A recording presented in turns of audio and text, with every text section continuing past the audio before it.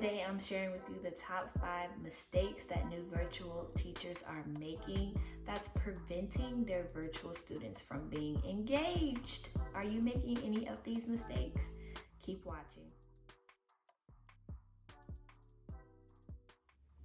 Hi everyone, welcome back to my channel. My name is Tierraney, also known as Miss Tierraney, and this is the #1 place for new teachers teaching in Title I schools looking to create well-managed and highly engaging virtual and face-to-face classrooms.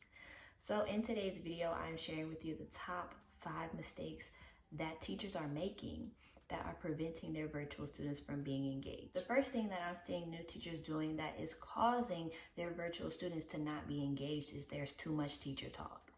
How can you say more by saying less?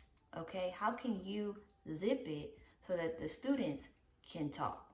Your students don't want to hear you constantly yapping. They're gonna tune you out. Lectures don't work. They don't work in the face-to-face classrooms, and they do not work in the virtual space, that's for sure. Especially in this YouTube age and TikTok generation, if you're boring, if you're talking on and not giving me a chance to respond and interact with what you are saying to me, I'm swiping to the next thing that's going to capture and keep my attention. So let's minimize the teacher talk and provide a space for student voice and choice in our virtual classroom space. The second thing is long lessons. Our lessons need to be condensed down. Okay, our lessons need to be condensed down. A lot of the things that we think are essential in order for our students to understand really is just added fluff. And so don't feel the need to have to fill up the space of time that you have with your students. For example, in my classroom, I have 5 periods and they're 57 minutes each. My lessons typically run from 30 to 40 minutes within that time. So with that said, that also includes like time embedded for students to respond to the do now when they enter class and work on the exit ticket, okay? So if you shave off an extra 10 minutes, that means my core lesson has only 20 to 30 minutes in it, right? So with that said, I'm really simplifying down, condensing down what are the key things my students need in order to master this concept.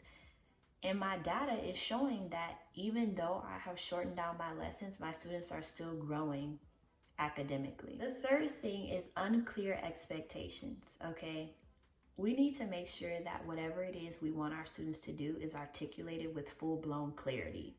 So whatever it is you want your students to do, how can you make sure, again, that you are saying more by saying less? How can you make sure that you have the systems and the structures in place that allow for ease of access for students to access whatever it is you want them to do?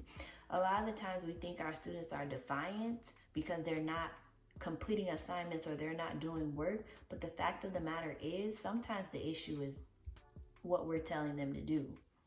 It might be clear to us, but it could be clear as mud to our students. So we need to make sure that we are giving very clear expectations.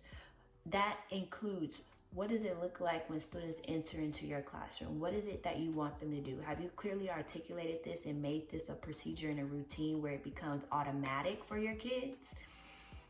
If not, who's going to be frustrated at the end of the day? You are, as the teacher. So let's make sure we're avoiding this mistake.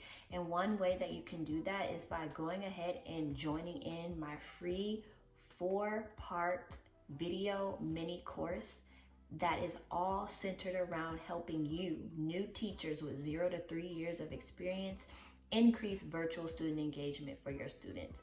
I break down exactly how you can give your students very clear expectations that set them up for success and properly position them to participate in your classroom.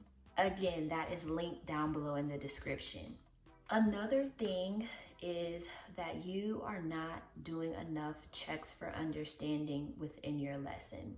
So when I say checks for understanding, how are you embedding checkpoints within your lessons that give your students a chance to actually react and respond, where you're inviting them to participate, inviting them to remain engaged with you?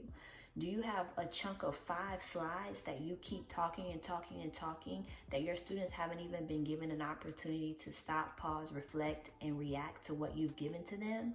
We have to really, really heavily chunk our lessons. So for example, if you're talking for a slide, how can you provide an opportunity for your students to respond and react in that next slide, right? That's how we need to be structuring out our lessons. And I detail this out in my virtual student engagement explosion workshop. So if you're interested in learning more about that, again, it will be linked down below for you as well, in addition to my free mini course. So one other mistake that I see new virtual teachers making is they're not working the clock.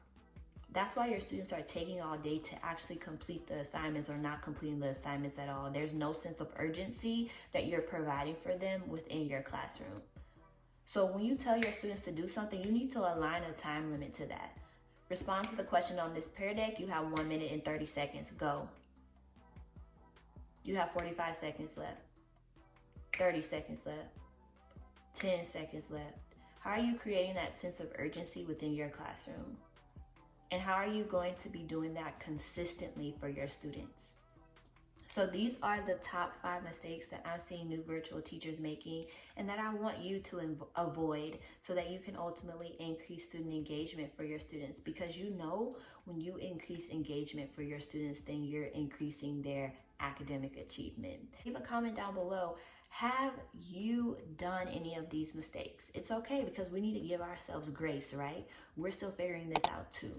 So have you made any of these mistakes, and what's your commitment to change to do better the very next time that you teach your students?